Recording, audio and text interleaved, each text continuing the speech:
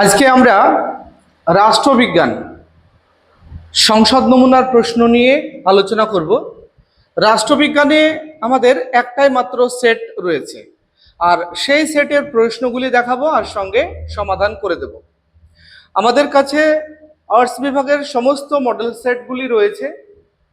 ধীরে ধীরে আমরা তোমাদের সব প্রশ্ন এবং উত্তর আপলোড করছি। বাংলা, ইতিহাস, রাষ্ট্রবিজ্ঞান, শিক্ষাবিজ্ঞান, দর্শন, এই পাঁচটা সাবজেক্ট 100% তোমাদের পাশে আমরা রয়েছি। পল্লীগ্রামের মাস্টার তোমাদের পাশে রয়েছে। শুধুমাত্র আমাদের এই চ্যানেলটিকে সাবস্ক্রাইব করে পাশে থাকবে। আর যারা ফেসবুক থেকে দেখছো তারা পেজটিকে ফলো করে আমাদের পাশে থাকবে। এছাড়াও আমরা ভূগোল, সংস্কৃত, পরিবেশবিদ্যা এই সমস্ত সাবজেক্টগুলিও যতটা পারছি সাহায্য করছি। তো তোমরা আজকে দেখবে আমাদের এই ভিডিওতে দেখতে পাচ্ছ থাম্বনেলে সংসদ নমুনার প্রশ্ন, রাষ্ট্রবিজ্ঞান মডেল সেট। এখানে নাম্বারিং করি না আমি, এই জন্যই যে একটাই সেট রয়েছে, তবে এই সেটের মধ্যে থেকে অনেক প্রশ্নই কমন থাকবে। তার মানে এই নয় যে এই সেটটিই তোমাদের পরীক্ষাতে চলে আসবে। এই সেটের মধ্যে থেকে তোমরা কিছু সরাসরি প্রশ্ন কমন পাবে, কিছু মিল থাকবে বাক্যগত বা গঠনগত, বিভিন্ন রকমভাবে মিল থাকবে। কিন্তু তার মানে এই নয় যে এই সেটটাই হুবহু কমন পেয়ে যাবে। তো তবুও আমাদের এই সেটের প্রশ্ন থেকে অনেক প্রশ্নই কমন থাকে। তো চলো কথা না বাড়িয়ে আমরা সরাসরি শুরু করি আমাদের আজকের সমাধান পর্ব। 1 নম্বর প্রশ্ন, কোল্ড ওয়ার বা ঠান্ডা যুদ্ধ ছিল প্রত্যক্ষ সামরিক সংঘর্ষ, অর্থনৈতিক যুদ্ধ, মতাদর্শগত যুদ্ধ, সাংস্কৃতিক প্রতিযোগিতা। এটার অপশন হবে সি, মতাদর্শগত যুদ্ধ। তোমরা অনেকেই বলবে যে স্যার উত্তরগুলিতে তো মার্ক করা আছে। হ্যাঁ, আমি তো রাষ্ট্রবিজ্ঞানের মাস্টারমশাই নই। আমি তোমাদের জন্য সাহায্য নিয়ে অন্য মাস্টারমশাইয়ের কাছ থেকে এগুলি উত্তর করে নিয়েছি এবং তোমাদের সাহায্য করছি। এর মধ্যে আমি মার্ক করে নিয়েছি, যে কারণে আমার বলতে সুবিধা হবে। আবার শর্ট টাইমে আমি তোমাদের ভিডিওটি করে দিতে পারবো। আর সেই সঙ্গে যদি দু একটি প্রশ্ন তোমাদের কাছে ভুল মনে হয়, কাউন্সিল প্রশ্নের উত্তর দিয়েছে তার মধ্যেই তো অনেক ভুল আছে, তাহলে আমরা তো সাধারণ মানুষ, আমাদের মধ্যেও ভুলের সম্ভাবনা থাকতে পারে। কিন্তু তাহলে তোমরা বলবে যে স্যার যদি ভুল হয় তাহলে আমরা বুঝবো কিভাবে?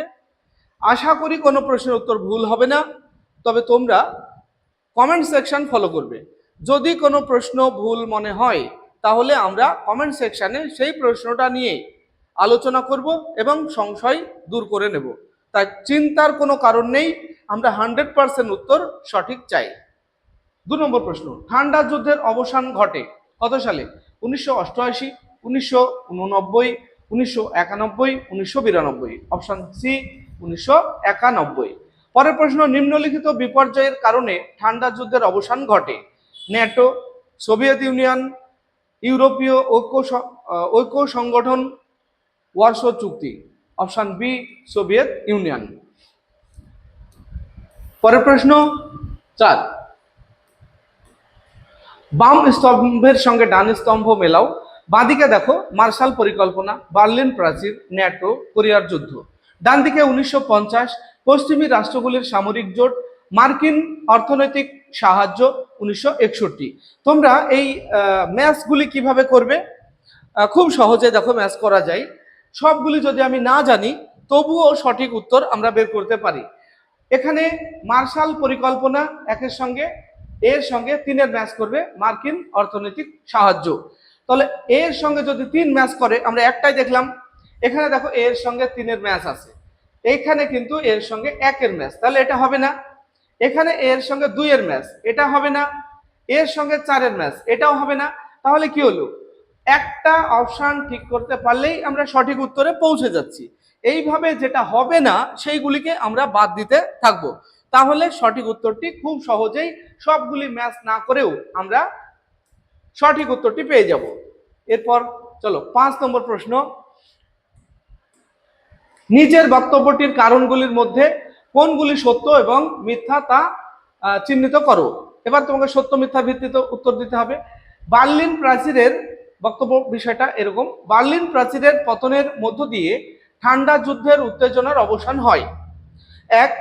এই কারণ 1 নম্বর, এই প্রাচীর পূর্ব ও পশ্চিম জার্মানিকে পৃথক করে। 2, 1989 সালে বার্লিন প্রাচীরের পতন হয়। 3, ন্যাটোর দ্বারা বার্লিন প্রাচীর গঠিত হয়। 4, বার্লিন প্রাচীরের অবসানের ফলে জার্মানির পুনঃ একীকরণ সম্ভব হয়। এর মধ্যে দেখা যাবে যে শুধুমাত্র 3 নম্বরটা মিথ্যা, বাকি সবগুলি সত্য। এই 3 নম্বরেরটা মিথ্যা, বাকি সবগুলি সত্য, তাহলে অপশন ডি সঠিক। পরের প্রশ্ন 6, মত ও যুক্তি। মত এ, দ্বিমেরু কেন্দ্রিকতা বলতে বৃহৎ দুই শক্তির বিশ্ব রাজনীতিতে কর্তৃত্ব প্রতিষ্ঠা বোঝায়। যুক্তি আর, ঠান্ডা যুদ্ধের সময় মার্কিন যুক্তরাষ্ট্র এবং গ্রেট ব্রিটেনের মধ্যে দ্বিমেরু কেন্দ্রিকতা বিদ্যমান ছিল। সঠিক বিকল্প কোনটি হবে? এ ও আর উভয়ই সত্য এবং আর এ এর সঠিক ব্যাখ্যা। এ ও আর উভয়ই সত্য কিন্তু আর এর সঠিক ব্যাখ্যা নয়। সি, এ মিথ্যা কিন্তু আর সত্য। তাহলে প্রথমেরটা হলো মিথ্যা আর আরটা হলো সত্য, অপশন সি। পরে আবারও একটা স্তম্ভ রয়েছে, বাঁ দিকে রয়েছে নির্জোট আন্দোলন, ওয়ারশো চুক্তি, গ্লাসনস্ট, বিশ্ব ব্যাংক। ডান দিকে গর্বাচেভের স্বচ্ছতা নীতি। 2, উন্নয়নশীল রাষ্ট্রগুলির অর্থনৈতিক সহায়তা দানের জন্য গঠিত। 3, পূর্বের সামরিক জোট। 4, ঠান্ডা যুদ্ধের সময় গঠিত হয়েছিল মূলত দুই বৃহৎ শক্তির কোন পক্ষে যোগদান না করে নিরপেক্ষভাবে অবস্থান করার জন্য। এটা যদি আমরা ম্যাচ করি, এর সঙ্গে 4 এর ম্যাচ আসবে, নির্জোট এর সঙ্গে 4 এর ম্যাচ যদি হয় তাহলে আমরা এখানে দেখছি এর সঙ্গে 2 আছে, তাহলে এ হবে না। এখানে এর সঙ্গে 4 আছে, এটা হবে। এটা এর সঙ্গে 3 আছে, এটা হবে না। এর সঙ্গে 1 আছে, এটাও হবে না। তাহলে অটোমেটিক আমরা সি অপশন সঠিক পেয়ে যাচ্ছি, সবগুলি ম্যাচ করতে যাওয়ার কোনো দরকার হবে না। পরের প্রশ্ন দেখব আমরা 8 নম্বরে দেখো, মত ও যুক্তি আছে। মত এ, জোট নিরপেক্ষ আন্দোলন পশ্চিমী গণতন্ত্রের সঙ্গে জোট গঠন করে গড়ে উঠেছিল। যুক্তি আর, জোট নিরপেক্ষ দেশগুলি কোন বৃহৎ শক্তিবর্গের সঙ্গে জোট গঠন করেনি। এর সঠিক উত্তর হবে আর সঠিক, কিন্তু এ সঠিক নয়, ডি। পরে 9 নম্বর, সম্মিলিত জাতিপুঞ্জ কবে প্রতিষ্ঠিত হয়? 1920, 1939, 1945, 1948। Option C 1945। সাধারণ সভাকে বিশ্বের নাগরিক বা প্রতিনিধি সভা বলেছেন Austin, Gettell, Laski, Frankel. Option B গেটেল।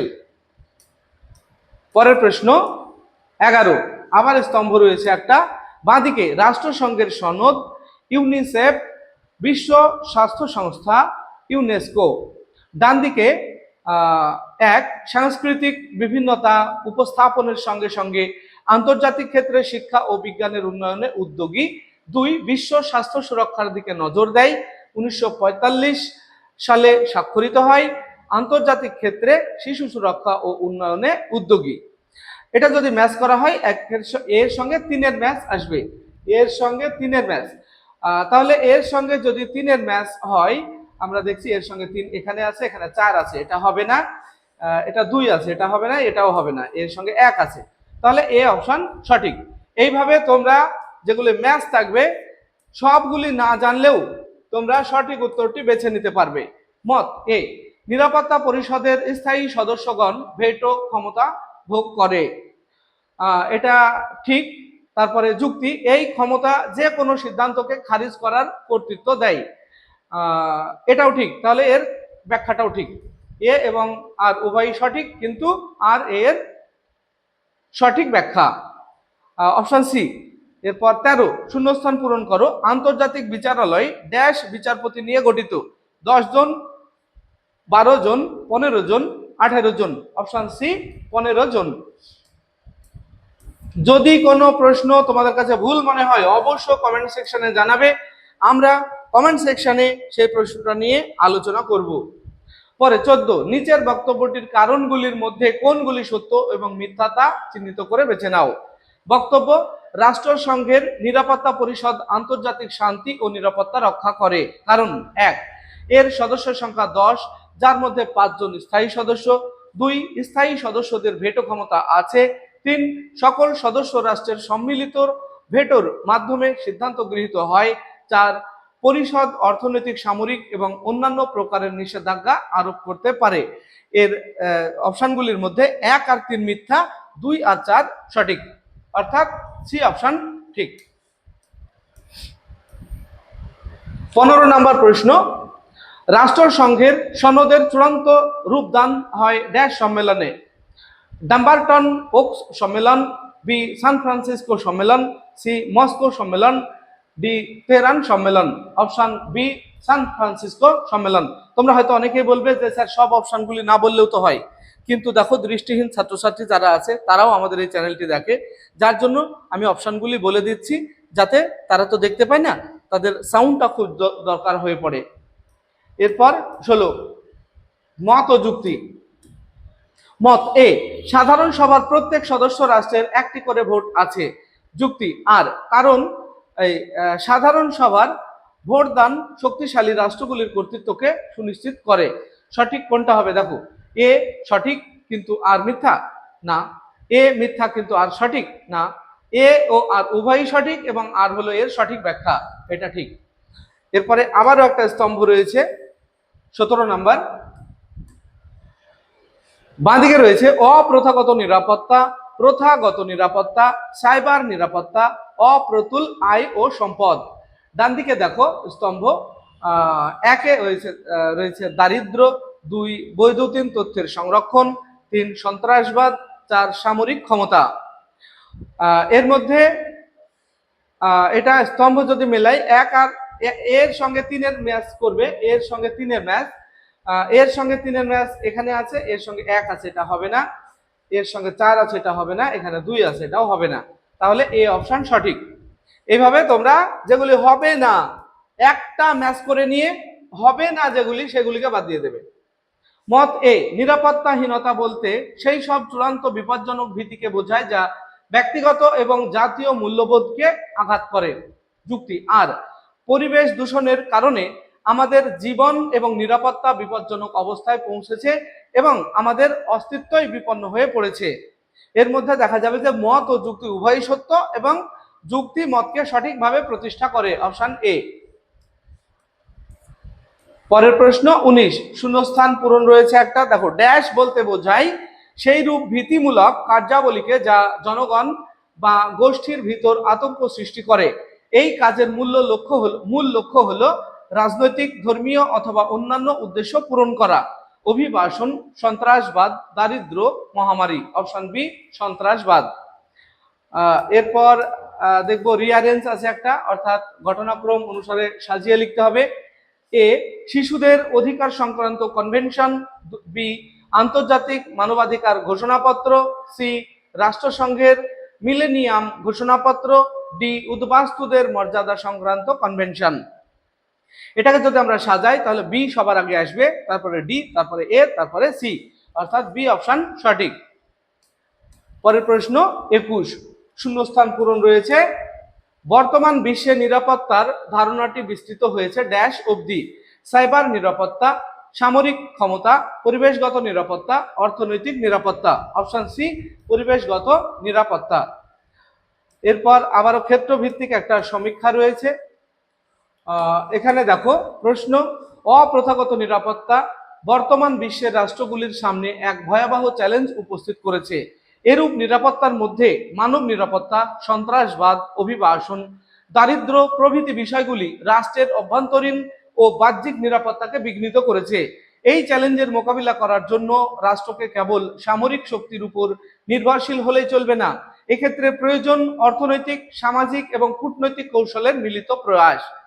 এর মধ্যে সঠিক উত্তর হবে আংশিকভাবে, অপশন ডি, আংশিকভাবে সামরিক শক্তির সঙ্গে বিভিন্ন অর্থনৈতিক, সামাজিক ও কূটনৈতিক কৌশলের উপর নির্ভর করা। পরের প্রশ্ন 23, সত্য মিথ্যা 4টে বাক্য রয়েছে, তার ভিত্তিতে বিকল্প বেছে নিতে হবে। এ, মহামারী মানব নিরাপত্তার ওপর প্রভাব ফেলে। বি মহামারীকে অপ্রথাগত নিরাপত্তা বলা হয়। সি মহামারী প্রায়শই অভিবাসনকে ত্বরান্বিত করে। ডি মহামারী মোকাবিলা করার জন্য আন্তর্জাতিক সহযোগিতা প্রয়োজন। এখানে এ আর সি সত্য, বি আর ডি মিথ্যা, অর্থাৎ সি অপশন সঠিক। পরে আবার একটা স্তম্ভ রয়েছে, দেখো বাঁ দিকে রয়েছে রাজ্য পুনর্গঠন আইন, বাংলাদেশ মুক্তিযুদ্ধ, অন্ধ্রপ্রদেশ, পট্টভি সীতারামাইয়া। ডান দিকে 1971, 1956, বিজয়ওয়াড়া সত্যাগ্রহ, 1953। এটা যদি আমরা ম্যাচ করি তাহলে এর সঙ্গে 2 এর ম্যাচ আসবে। এর সঙ্গে 2 এর ম্যাচ যদি হয়, প্রথমে এর সঙ্গে 4 বলা আছে, এটা হবে না। সি এ 2 আছে, এখানে 3 বলা আছে বি এ, আর এখানে 1 বলা আছে, অর্থাৎ সি অপশন সঠিক, 3টে বাদ গেল। পরের প্রশ্ন 25 দেখো 1971 সালে বাংলাদেশ মুক্তিযুদ্ধের সময় কতজন শরণার্থী ভারতে আসে? 3 মিলিয়ন, 10 মিলিয়ন, 20 মিলিয়ন, 50 মিলিয়ন। সঠিক উত্তর বি, 10 মিলিয়ন। পরের প্রশ্ন, শূন্যস্থান পূরণ করো। 1972 সালে মেঘালয় রাজ্য অন্তর্ভুক্ত ছিল ড্যাশ রাজ্যে? Option A Assam, B Gujarat, C Manipur, D Punjab. Option A Assam. পরে 27 নম্বর প্রশ্ন, সত্য ও মিথ্যা। 1956 সালে রাজ্য পুনর্গঠন আইনের মাধ্যমে ভাষার ভিত্তিতে রাজ্যগুলির পুনর্গঠন আঞ্চলিক এবং জাতীয় ঐক্য বজায় রাখতে সহায়তা করেছে। এখানে 1 নম্বর, 1956 সালে 1 নভেম্বর এই আইন কার্যকর হয়। 2, রাজ্য পুনর্গঠনের বিষয়টি ফজল আলী কমিশন সুপারিশ করে। 3, ভাষার ভিত্তিতে সৃষ্ট প্রথম রাজ্য হলো পশ্চিমবঙ্গ। 4, রাজ্য পুনর্গঠনের ভিত্তি ছিল ভাষাগত পরিচিতি। এটা যদি আমরা সত্য মিথ্যা করি তাহলে দেখব 3 নম্বর মিথ্যা, বাকি সব সত্য, অর্থাৎ এ অপশন সঠিক হবে। পরের প্রশ্ন আবার মত ও যুক্তি আছে। দেখো এ 1947 সালে ভারত বিভাজিত হয়, যুক্তি। আর বিভাজনের ফলে ভারতে উদ্বাস্তু সমস্যা সৃষ্টি হয়। এর সঠিক উত্তর হবে মত ও যুক্তি উভয়ই সঠিক, কিন্তু যুক্তি মতের সঠিক ব্যাখ্যা নয়, বি। তারপরে সত্য মিথ্যা রয়েছে একটা। 29, জাতীয় দলগুলি জাতীয় বিষয়ে গুরুত্ব দেয়। 1, জাতীয় দলগুলি আঞ্চলিক বিষয়কে অবহেলা করে। 2, তারা সমস্ত রাজ্য নির্বাচনে কর্তৃত্ব করে। 3, তারা অবশ্যই 2 বা ততোধিক রাজ্যে 6% ভোট অর্জন করে। 4, তারা লোকসভা নির্বাচনে কমপক্ষে 3টি রাজ্যের 2% আসনে বিজয়ী হয়। সঠিক উত্তর হবে 1, 2 সত্য, আর 3 আর 4 মিথ্যা, অর্থাৎ সি অপশন সঠিক। পরের প্রশ্ন, মত ও যুক্তি। মত, বিরোধী দল গণতন্ত্রের অপরিহার্য অঙ্গ। যুক্তি, নিয়ন্ত্রণ ও ভারসাম্য নীতির দ্বারা বিরোধী দলগুলি সরকারকে দায়িত্বশীল করে তোলে। অপশন এ, মত ও যুক্তি উভয়ই সত্য, এবং যুক্তি হলো মতের সঠিক ব্যাখ্যা, এটাই সঠিক। পরের প্রশ্ন, শূন্যস্থান। ভারতে ড্যাশ বর্তমান? একদলীয়, দ্বিদলীয়, বহুদলীয়, বিরোধী দল। অপশন সি, বহুদলীয়। 32 নম্বর প্রশ্ন, স্তম্ভ মেলাতে হবে। বাঁদিকে রয়েছে রাজনৈতিক দল, জাতীয় দল, নির্বাচন কমিশন, অকালী দল। ডান দিকে অনেকগুলি রাজ্যে কার্যকর থাকে। আঞ্চলিক দল জনগণের ইচ্ছা প্রতিফলিত করে। 4, স্বাধীন ও স্বচ্ছ নির্বাচন পরিচালনা করে। এর সঠিক হবে এর সঙ্গে 3 মিলবে, অর্থাৎ এর সঙ্গে যদি 3 ম্যাচ করে, এখানে এর সঙ্গে 4 বলা আছে, হবে না। এর সঙ্গে 1 বলা আছে, হবে না। এর সঙ্গে 2 বলা আছে, হবে না। তাহলে এর সঙ্গে 3 বলা আছে একটা জায়গাতেই, অপশন ডি সঠিক। পরের প্রশ্ন 33, কে বলেছিলেন রাজনৈতিক দল ব্যতীত রাজনৈতিক ব্যবস্থা কল্পনা করা কষ্টসাধ্য? Alan Ball Berg, MacIver, Joseph Schumpeter. Option D Joseph Schumpeter. আবার স্তম্ভ রয়েছে একটা, দেখো বাঁদিকে রয়েছে উরি আক্রমণ, রাজকীয় পরিবারে হত্যাকাণ্ড 2001, পুলওয়ামা আক্রমণ, 370 ধারা অবলুপ্তি। ডান দিকে 2019, 2016, নেপাল, জম্মু ও কাশ্মীর। এটা যদি আমরা ম্যাচ করি, এর সঙ্গে 2 এর ম্যাচ আসবে। এর সঙ্গে 2 এর ম্যাচ মানে এখানে প্রথমে বলা আছে এর সঙ্গে 4, এটা হবে না। এর সঙ্গে 2, এটা ঠিক আছে। এর সঙ্গে 3, এটা হবে না। তাহলে দুটো বাদ গেল, এখানে এর সঙ্গে 2 বলা আছে। এখন সি আর ডি এর মধ্যে উত্তর হওয়ার সম্ভাবনা থেকে গেল। এবার 2 এর সঙ্গে ম্যাচ করবে 3 এর, 2 এর সঙ্গে 3 এর ম্যাচ করবে।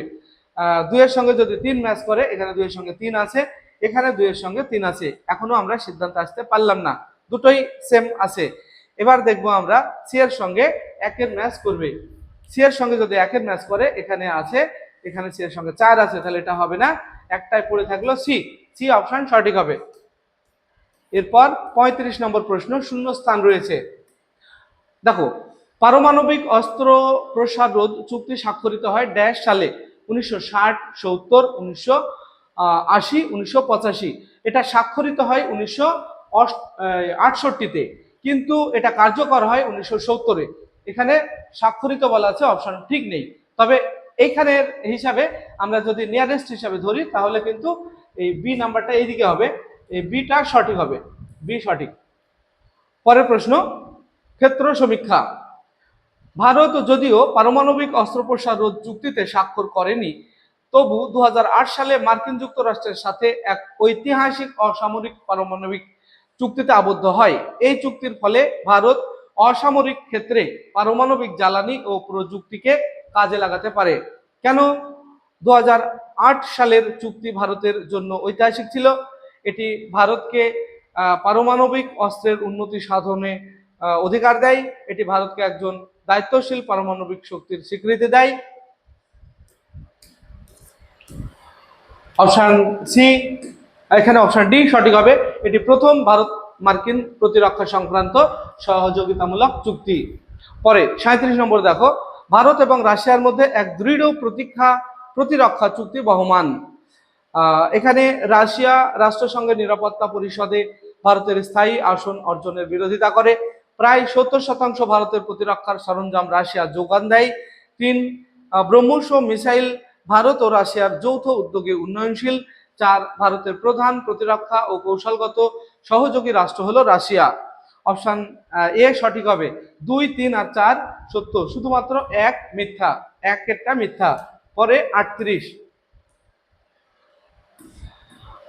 নম্বর, 2020 সাল থেকে ভারত ও চীনের মধ্যে নীতিগত অবস্থানের নাম কি? তামাং, গালওয়ান উপত্যকা, ডোকলাম, প্যাংগং। অপশন বি, গালওয়ান উপত্যকা। তারপর 39, আবার স্তম্ভ রয়েছে একটা বাঁ দিকে, কুনাউকুলাম প্রকল্প, মুম্বাই আক্রমণ, প্রথম আঘাত 9 নীতি, কোয়াড সামরিক অনুশীলন।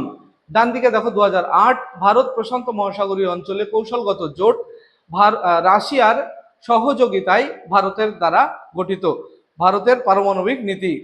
তাহলে এটা যদি ম্যাচ করি, এর সঙ্গে 3 এর ম্যাচ আসবে, এর সঙ্গে 3 এর ম্যাচ আমরা দেখবো, এখানে প্রথমটাই হবে না, এর সঙ্গে 1 আছে, এটা এর সঙ্গে 2 আছে, এর সঙ্গে 4 আছে, তাহলে 3টে বাদ গেল, সি অপশন সঠিক। এরপর আমরা দেখব 40, মত। গালওয়ান উপত্যকার সংঘর্ষ ভারত ও চীনের মধ্যে সামরিক উত্তেজনা বৃদ্ধি করেছিল। আর যুক্তি আর, উভয় দেশই প্রকৃত নিয়ন্ত্রণ রেখায় তাদের সামরিক শক্তি বৃদ্ধি করেছিল। অপশন এ, মত ও যুক্তি উভয়ই সত্য এবং যুক্তি মতের সঠিক ব্যাখ্যা, এই অপশন সঠিক হবে। এই ছিল রাষ্ট্রবিজ্ঞানের একটাই সেট, এবং সেটাই তোমাদের সঙ্গে উত্তর সহ শেয়ার করলাম। ভিডিওটি ভালো লাগলে লাইক, কমেন্ট এবং বন্ধুদের শেয়ার করবে। আর এর পরের ইউনিট যেগুলি রয়েছে সেগুলি নিয়েও আমি উত্তর সহ করে দেবো তোমাদের। আসছি পরবর্তী ভিডিও নিয়ে, সে পর্যন্ত সবাই ভালো থাকবে, সুস্থ থাকবে। ভিডিওটি শেষ পর্যন্ত দেখার জন্য ধন্যবাদ।